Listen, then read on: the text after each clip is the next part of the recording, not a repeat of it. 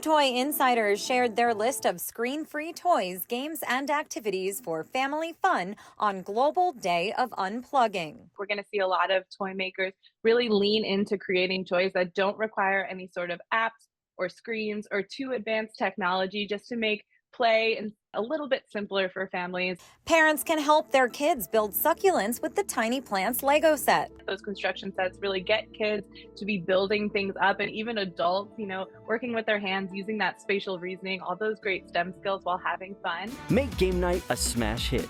Pickleball Blast offers fast-paced fun and puts a spin on the popular sport. Pickleball Blast is a tabletop game, which is really great for indoor play because it comes with two paddles that kids use their thumbs to hit the pickle back and forth across the net. They're trying to flip the pickle lids over. When they flip two over, they score.